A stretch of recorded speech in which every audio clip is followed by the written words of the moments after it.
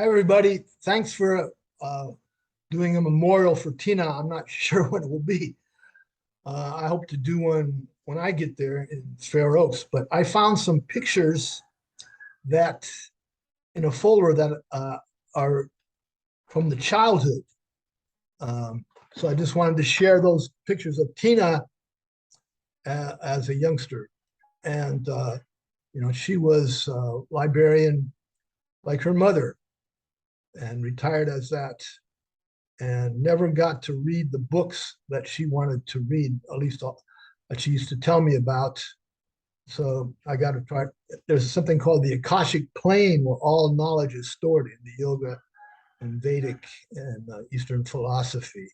So hopefully she'll get a chance to see that. She could. So anyhow, this is one picture. This is in our suburban tri-level house in Fair Oaks, California. So there's Tina and our father, and Terry, the youngest brother, died in 2014, and Paula, the younger sister, and our father reading from the King James Bible, the Christmas story, Christmas Eve, St. Luke chapter 2, verses 1 to 14, and what came to pass in those days. And so I would still read that on Christmas to maintain the tradition, Christmas Eve. So that was in Fair Oaks, California, about 17 miles northeast of Sacramento. So here's one. This one, you can see again, Tina, well, myself, Terry down there, our mother, Paula, and Tina with the big Christmas tree that goes to the ceiling. This is the chicken ranch, the 5-acre chicken ranch we had for 9 years in Fair Oaks. Well, I was 5 when we went there, and we would get all kinds of stuff. Our mother worked, so we would get just about everything that we wanted sometimes. I remember one Christmas there was an electric train, a 22 rifle, and a chemistry set, and then we got all the board games and dolls they wanted. So that's Christmas tree. We put the tinsel on one piece at a time, from the inside to the out, after getting the lights on, and then the bulbs would go on. So it would look spectacular.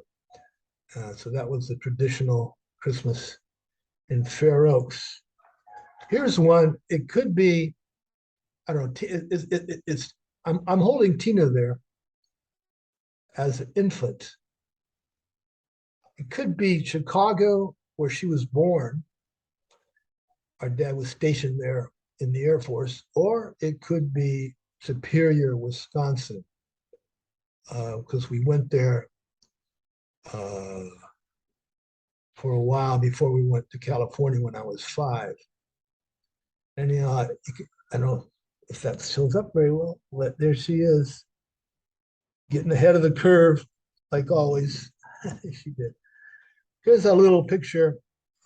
These just showed up in a folder. Almost forgotten about them.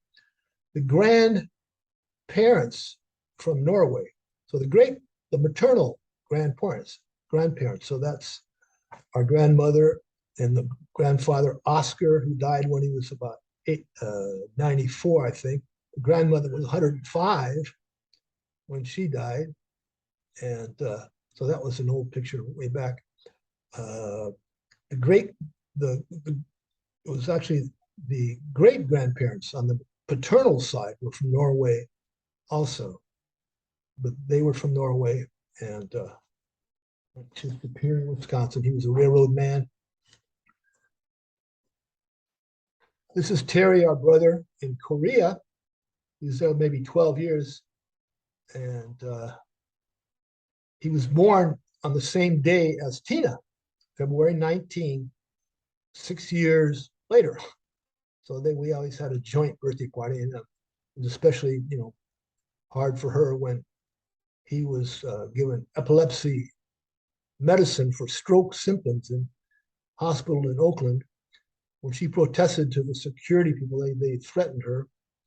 And so it's just malpractice, the same as the malpractice that was done with my mother, not not following up with the lymphoma treatment and with even with Paula, I heard, but he had stroke symptoms. It wasn't epilepsy. So he went to coma and died too. So that was another big bummer that, the medical malpractice people are good at.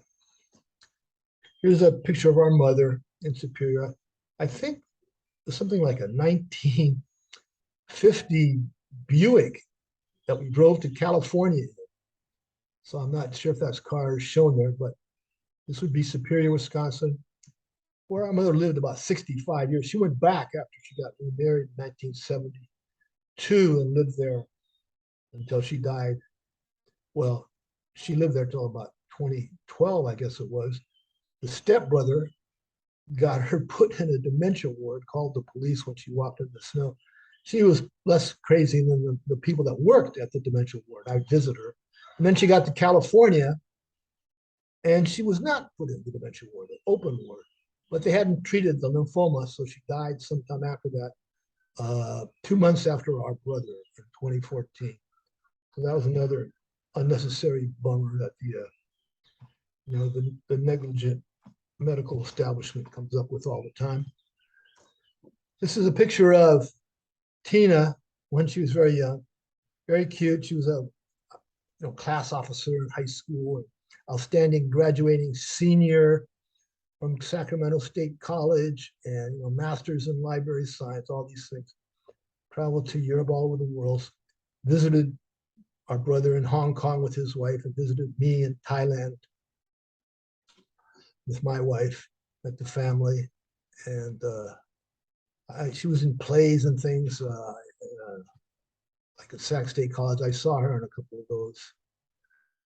And this is one last little picture. It's related, I think, our parents' wedding. So you can see it, and very traditional. They were, I guess it would be about 1945. My father was a captain in the Air Force, and so that's her. I guess her being with the relatives, and I believe they were married in the Lutheran church where I was baptized, and where everybody in Superior went to the same church. Concordia, I believe. It's very traditional style stone building. I mean, just beautiful stained glass windows, just the perfect, idea of the ideal church. And that was her wedding dress. My students in Korea. I had, but anyhow, so Tina, I showed last video Tina's kind of letters, these letters she would send. So like here with her I guess what do you call it, stepdaughters or something, the daughters of her second husband. And you can read some of the message there.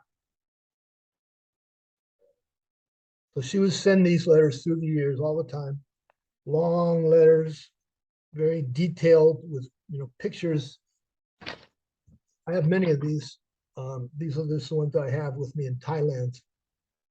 So many are in storage. Our mother, Tina's mother, and another little story in the letter there. I don't know if you can see that. Yeah. And here, again, with Terry and actually a cousin, Bill Kegrud, was in Fair Oaks. Looks like Terry and I believe, I can't see who the other one, our mother, our cousins, Jeannie, and our mother here at the bottom.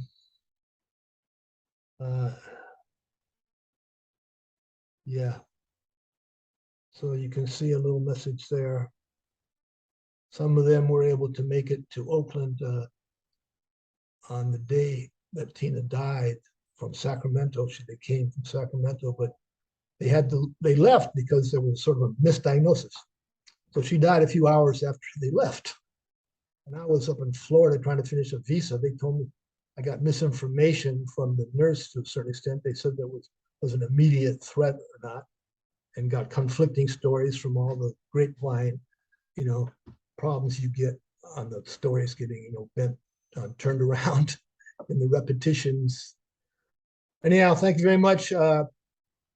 We'll be honoring Tina forever, and hopefully have some kind of gathering, group healing in Fair Oaks again. I plan to be there with the old friends and the immediate and the family members left. I'm actually the last of our immediate family. It's not great, but I believe the spirit world is there because this is almost made me open to it now. Okay, bye-bye. Love to everybody. Thank you much. And we'll see you again at the right time.